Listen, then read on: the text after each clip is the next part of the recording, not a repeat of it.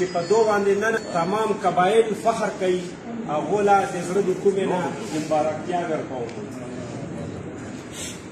ملګرو تفصیلي خبرې چې کومه کارګزاري شوې وه د 2 کالو نه دا تحریک روان و په هغې باندې تفصیلي خبرې وکړلې چې یاره څه کارګزاري شوي دي.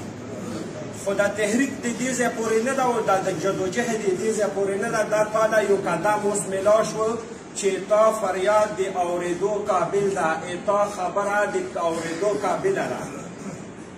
اوس چې مو خبره د اورېدو قابله ده، د دې دپاره به د تحریک دپاره ځوانان لګېږي تعلیم یافته ویلې چې دا به اوس خپرېدل په مو باندې لازم شول، په مو باندې بوج زیات شول.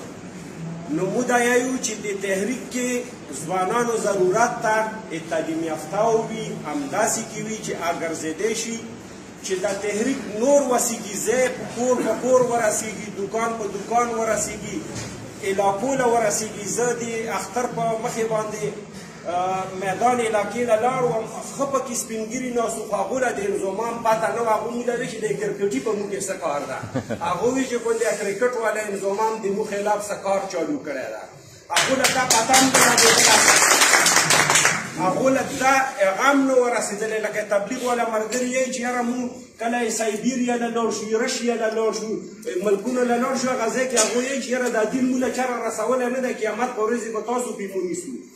ما د خبرې دا مقصد ده چې دا په تمامو قبایلو نن فرق شوله. ویلی چې تا خبره د اورېدو قابله ده، نو چې د اورېدو قابله ده چې مضبوطېدو دپاره به اوس موږ ټول مشران کشران یو جدوجهد کوو. ما په هغه کې هم لیکلي وو چې یاره کم از کم دومره جدوجهد وکړو لکه د عزیز مصر راغلی و د یوسف علیه السلام بولې له خو یو بوډۍ مالوچو پاڼ څوک یې چې راغستی وه، څوک یې چې هغه یې راغستې وه. پوښتنه ترې وکړلی شوله چې یاره هغې له خو عزیز مصر تو را روان دي هغه بولې له هغه ورته چې قیامت په ورځې به زه دا خبره بیا کومه لاله چې کوم وستا ما له راکړی وه ما ټول استعمال کړی. نو د مو د تحریک که دا مات ګوډ مشران کوم دي دا مخکې هم په دې کې زخمي شوي دي په همدې قومونو لپاره، هغه تاسو مخې له ناست دي. نو موږ دا یایو چې تاسو ځوانان د دې مشرانو ملا شو، لاسونه شو، وینیسو چې د صدر صاحب سره یې ما مشر سره چې شپږ اته ځوانان له یو وروستو ولاړ وي، مو به طاقت هم مضبوط وي.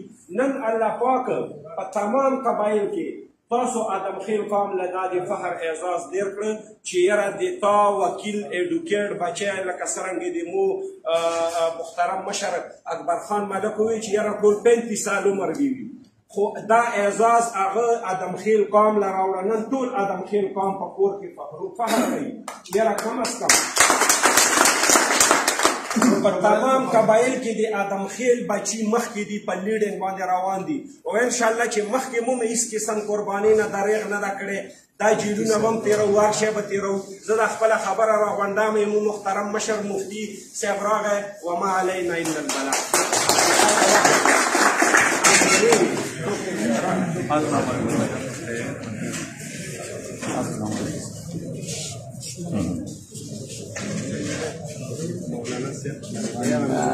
Jeszcze zakończa.